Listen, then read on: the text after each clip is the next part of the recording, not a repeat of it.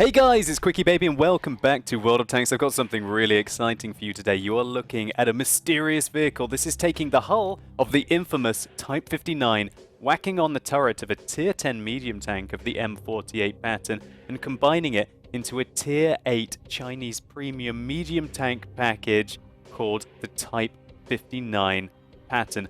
I'm going to be letting you know everything that you need to know about this tank, which should be coming to the premium shop possibly later this month, but we don't have a set date for certain. So without further ado, let's take a quick look at the stats of this Chinese monstrosity and then move into some killer gameplay. So I know that many of you might not have the luxury of having a Type 59 if you haven't been playing the game for a few years. So what does the hull of a Type 59 mean for the 59 Patton? Well, it means that you get pretty good frontal armor, 100mm, and at Tier 8 that's awesome. You're going to be able to bounce most Tier 6 tanks if you angle this vehicle correctly, unless they fire premium rounds at you, and you're still going to have a pretty good chance of bouncing 7 and 8 Tier tanks. But as soon as you start to move up to Tier 9 and especially Tier 10, and that's right, the 59 Patton is a non-preferential matchmaking tank, it can meet Tier 10 vehicles, then they're going to start to have, you know, that 225mm plus of penetration, and at Tier 10, probably 250. It's going to be able to go through the front of your tank fairly reliably, even if you angle it. So what about the second half of this Frankenstein tank? The fact that it has, you know, an M48 Patton's turret. Well, having this turret at Tier 8 is absolutely monstrous, at least on paper. Look at the frontal armor. It ranges pretty much from about 150 way up to 400mm. If you get hull down in this tank, you have got awesome turret armor that should be able to contest most tanks. But one thing that's very interesting about the 59 Patton is that this weak point is even bigger. Here is the M48 Patton, and everybody knows where to shoot this tank. It's usually a guaranteed pen hitting it in here, and it's very frustrating for M48 Patton drivers. But as we can see, when they have moved this turret onto the 59 Patton, you've got this whole extra viewport area here, which means that this is the easiest weak point to penetrate this tank nearly every time.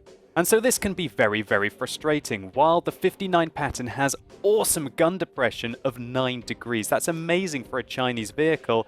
As a rule of thumb, if you can see the enemy out of your gun here, that means that they will have already had ample opportunity to shoot you and probably pull back down a ridgeline as well. This literally is the most ridiculous weak point, I believe, on any tank, and it's even worse than an AMX-30B. Which makes this vehicle very frustrating indeed when you're playing against competent players that will aim at a weak point like that. Of course, when you play at people who are auto-aiming at you, they're going to hopefully ricochet off your upper hull armor, or even hit this very meaty spaced armor on the front of the turret. So let's use Tanks GG to see how the 59 Patton's armor will behave and how you can use it most effectively if an enemy is 100 meters away from you. So let's turn the turret in and angle the armor until we get rid of as much of the green as possible. And so by angling the 59 Patton like this, we can see that the lower plate has between about 180 and 190mm. The upper plate is between about 180 and 190 as well. And the side armor is the same, but at the back of the tank it does go up a lot as the angle is exaggerated. And with regards to the turret armor, it does range from about 150 in some areas of the tank. You can hit the spaced armor where there's no armor behind the gun shield, up to a whopping 400mm. But nevertheless, there's still this gigantic weak point on top of the 59 Patton that even if you angle your armor perfectly, is still going to only have 77 to 100mm of effective armor. So you might be hoping that the 59 Patton has some awesome mobility and a really good gun. Well, let's just take a look. So the vehicle has a 520 horsepower engine just like the Type 59, and it is limited to 50 kilometers an hour, which is 6 kilometers worse than the Type 59, and its reverse speed is 16 kilometers worse than the Type 59. The weight of the tanks is very similar, and so the power to weight ratio of this vehicle is just under 14.5. But it gets excellent terrain resistances on hard and medium terrain, and it suffers a little bit on soft, but 1.92 isn't disastrous. The tank traverse is the same as the Type 59 at 46 degrees a second, and the turret traverse is just a little bit less at 46 degrees a second. And so that means that the 59 Patton isn't the most mobile of tanks. but its excellent ground resistances do kind of make up for the power to weight ratio being rather unimpressive. So you might be hoping that the 59 Patton gets an awesome gun, but you might be a little bit disappointed. Its 90mm has got 7.89 rounds a minute rate of fire. And when we compare that, for example, to a lot of the modern Tier 8 medium tanks like the Panther 88, the SDA-2 and the AMX CDC, we can see that the rate of fire pales in comparison compared to the Panther 88, the SDA-2, or even the CDC. And when it comes to the standard penetration of the 59 Patton, it has 173, which is the joint worst on any Tier 8 premium or non-premium medium tank in the game. Which is, as we can see here, the T69, the T44, and the Pershing. Let's take a look to see what their penetrations are. 173, it looks like it gets a similar gun to the T69. The only difference is that the T69 gets an autoloader 90mm. But how about the penetration on the premium rounds? It's 250, which is pretty okay until you start looking at the premium penetration of all the other tanks. The CDC gets 259mm of APCR, and remember that APCR gets normalization and is higher velocity than heat. The STA-2 gets 25 extra millimeters of penetration on its heat rounds, and the Panther 88 does get slightly less, but remember this is APCR, which will get normalization and have better velocity. And if you want to compare it to a very similar tank, the Pershing, that gets 268mm of APCR penetration. Really, we find that the 59 Patton's gun is based after the T69, and that's one of the worst aspects of the tank if you take away the fact that it's got an autoloader. So how about the accuracy? 0.38, how does that compare to other vehicles? Well, it's much worse than the Panther 88, worse than the STA-2, and much worse than the CDC. Again, it's comparable to the T69's accuracy of 0.38, worse than the T44's 100mm, and slightly worse than the Pershing's accuracy. So what about the 2.5 second aim time? How does that compare? Well, it's the same as the Panther 88, which is one of the most unremarkable features of that tank. 0.4 seconds worse than the SDA-2, 0.3 seconds worse than the CDC, better than the T69, but that does have an autoloader, 0.2 seconds worse than the T44, and 0.2 seconds worse than even the Pershing. But Wargaming always sneak in hidden stats, and you have to look at the dispersion of tanks on their weapon handling. And as we can see, it's 0.14 while moving, 0.14 when the tank is traversing, and 0.12 while the turret is traversing. And as we can see, that is massively better than the 0.2, 0.2, and 0.16 on the CDC. And even slightly better than the Pershing while moving, which has legendary accuracy on the move. It's better while moving than the STA-2, but worse while turning the turret, and better in every regard than the Panther 88. And so don't be too put off by the 2.5 seconds aim time on this tank when you use vertical stabilizers. It is very good at taking snapshots on the move, but generally it is worse when turning its turret when stationary than most of the other Tier 8 premium medium tanks. And so what we found out is that the 59 Patton's hull armor is rather nice for a Tier 8 premium medium tank, but its turret armor, while it's great, has that horrible weak point on top. And with regards to its armament, the 59 Patton's gun is likely to be the joint worst in the game with the T54 first prototype. And bizarrely as well, the 59 Patton gets 370 meters view range, which is rather mediocre, and even if you use a premium consumable and coated optics on this tank, your view range does not get anywhere near the spotting distance cap. But that's quite enough theory crafting. Let's take a look to see how the 59 Patton performs in some gameplay. And so here we go. Thank you so much to Above Average Knight for sending me this 59 Patton gameplay, and that's because the vehicle is currently available on the North American server already. That's right, North America, you got something before Europe, at least this time, but we'll get you next time. So, great hit then, auto-aimed into the M6, putting one into him. Now he goes back and takes a look, see if he can pick up the KV-2. He's unable to find a shot. He's extending some good view range down the map here on Ensk. Ensk is a very small map. He puts in another good hit into the M6. You might be seeing how much the bloom is on the accuracy, and the M6 hits a good shot back into Above Average Knight there. It was an APCR round, and Above Average puts more into him than he received, taking the M6 down to 23 hit points. Let's take a look to see where that round went in. Wow, it went straight in through the mantlet there. The 123 millimeters of spaced armor isn't very good if you don't hit a part where there's also some armor behind it. The 123 millimeters of space isn't going to do much if you hit the gap behind the gun shield. So his 173mm of standard penetration is unable to go through the lower plate of the Tiger II there. I like what he's doing here. He's using these bushes to mask his presence to the enemy team. He's not even spotted right now. And when the Tiger II turns his side armor, even the 173mm of penetration, the lowest on a tier 8 medium tank, is enough to get through the Tiger II's side armor.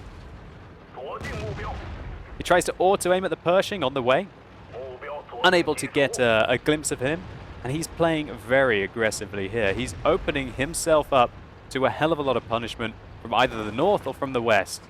But he who dares wins. An above average knight is going to show us that is exactly what's going to happen in this gameplay. He puts in 2 good rounds into the IS, tracking him under the trains, and then comes round the back to finish him off. Great kill there on that tier 7 Soviet heavy tank. And a Jackson has decided that he doesn't want to let the 59 Patton take out his team for free. So he comes around the corner, but his tracks absorb it. The 59 Patton takes a shot from the Jackson after also absorbing a shot from the IS. However, a dastardly tier 8 French tank destroyer has snuck up behind above average. So he's going to try to ignore him for a while, kill the Jackson, and then turn around and deal with the AMX AC 1948 behind him as well. The AC comes around the corner, and above average knight puts in a good tracking shot. The AC 48 uses his repair kit, which means that if above average knight tracks him again, that he will hold him in place. Oh gosh, that 120mm gun going right through his armor. Great tracking shot there. Now you've got the side of the 48, you're going to be in a good situation. Now while this is happening, a T69 nearly just fully unloaded on above average knight, only able to penetrate 2 out of the 3 shots that hit. Oh dear, above average knight, why weren't you tracking him? You've let him get a free shot on you. Oh my word, the 48 misses. A complete disaster of a whiff there, which allows above average knight to once again get the side of the weakly armored French tier 8 tank destroyer and take him down. Great work there. 2,750 damage done in just over 3.5 minutes. Monstrous game so far. Ah, how does it feel now, Mr. T69? Yeah, good hit there. Gosh, the autoloader of that T69 is something that medium tanks often do not like to get hit by. It's ironic as well that the 59 Patton does have pretty much the same gun as the T69, just without the autoloader. Now this Jagdtiger 88, who's in a fantastic hold-down location that would be able to obliterate all of these people, as you can see there. But once you get the side of that Jagdtiger 88, then it's just a big, juicy, tasty snack for above average knight as he finishes off the tier 8 German tank destroyer. So what an absolute blitz of a game for above average knight in his 59 Patton. He was able to pick up 3,800 damage here and his 4 kills in a game that barely lasted over 4 minutes. Let's just take a quick look at the post-game stats before we move into some more gameplay. So above average knight secured 115,000 credits in that 4-minute game, securing 101,000 credits profit. That's why you play your tier 8 premium tanks. 3,800 damage, 1,418 base experience points, and his armor was even able to absorb quite a few shots here. Nearly 1,000 hit points worth of damage absorbed by the 59 Pattons. Pretty all-round, kind of about 180mm of effective armor. So while this was a great game for above average knight, really all it showcased is that a skillful player in a medium tank will be able to outplay tank destroyers that try and brawl with him. And that's not what my reviews are all about. I want to show you and highlight the aspect of the 59 Patton that frustrates the hell out of me, and that is that gigantic weak point on top of the vehicle. Let's see how it performs in some Ridgeline Combat against some equal and high-tiered opponents. So here I am playing in the 59 Patton, and I want to highlight just how much of a disadvantage this machine gun slash viewports turret on top of the tank is when you want to engage your opponents on ridgelines. So let's take a look to see how we're going to perform on this ridgeline. So the 9 degrees of gun depression is doing us proud against that T-44, and the artillery puts a big shot into him. We can see this T-54E1, however, is staring right towards me, and I'm really worried about my cupola. I think he turns his attention to the Carnarvon to my right, and so I go up and try and get him. And bam, we just get hit in the top of the tank, and we couldn't even see him. And so while we can't see any part of the T-54E1's armor here, by using a free camera and going and taking a look at what he can see of us, and we should be able to clearly see through his gun that our cupola is sticking up over the ridgeline, a gigantic easy shot for him to make. Later on, exactly the same thing happens against this IS-3. When he takes a shot at us, we can't see any part of his tank at all, and yet, from his view, we can see that the IS-3 had a very easy shot into the top of the cupola of the tank. It is very frustrating for a 59 Patton to not be able to use that excellent turret armor and not to be able to use that 9 degrees of gun depression against competent opponents. And so I guess the hot question that all of you are going to be asking me is the 59 Patton going to be worth it when we see it on the European server, and is it worth it on the North American server right now? So right now on the North American server, the 59 Patton costs $55. And for that, you get a garage slot, 30 days of premium time, and 2,800 gold. And I'd say that the garage slot, 2,800 gold and 30 days worth of premium is worth about between 5,000 and 5,500 gold, depending on how in bulk you buy your premium account for. So we're seeing that this package is roughly the cost of all of the other top tier 8 heavy premium tanks, but is quite a lot more expensive than the AMX CDC or the T-54 first prototype, or the SDA2, which is why I guess you're getting that maybe 5,000 to 5,500 gold extra. What this strongly suggests is that what Wargaming's price point is for the 59 Patton in gold is going to be about 7,500. So if we ever see this in the in-game shop rather than the premium shop, that's the kind of price that you should expect it for. So is it worth 7,500 gold? Well, I think if you want to have a premium Chinese medium tank, this is going to be a lot better deal than buying the T-34-3, which, while it does get preferential matchmaking, I feel is so frustrating, and you'd be far better off playing the 59 Patton. However, let's say you're a player that maybe doesn't really care too much about the Chinese medium tanks and you just want to get your best bang for buck to make a load of credits and a load of experience points in World of Tanks. Then I personally feel that there are other better tanks for your money. If you're an experienced player, then I think the CDC is going to do better for you. Your weak point in the top of the 59 Patton might be just as well as weak as the CDC.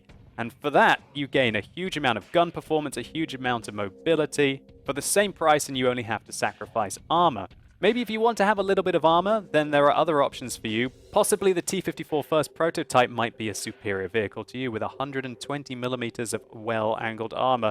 I'd say that the effective armor of the Patton, if you exclude the weak point, is up to about 180-190mm, whereas the T-54 first prototype gets about 200 to 210 effective armor across the whole of the tank and doesn't have the gigantic weak point on top. Fair enough, you might have to sacrifice a little bit of the gun performance to be able to get that, and some of the gun depression, but I feel like it's a worthwhile trade, especially if you're the kind of player that wants to have a bit of armor on their tank. And while the SDA2 does have a weak point on top of the vehicle, it's not nearly as bad as on the 59 Patton, and you gain such a huge rate of fire increase as well as quite a lot of gun performance with regards to the penetration, that I think that even the SDA2 is probably a better vehicle than this machine. But then again, we've also got to consider that when the Panther 88 and STA2 were implemented into the game, they were rather undertuned as well, and they did receive quite significant buffs to the vehicles in recent patches. So maybe that's something that we're going to be seeing with the 59 Patton as well. Although there's no confirmation about that, so don't buy one of these things expecting it to be buffed in the future.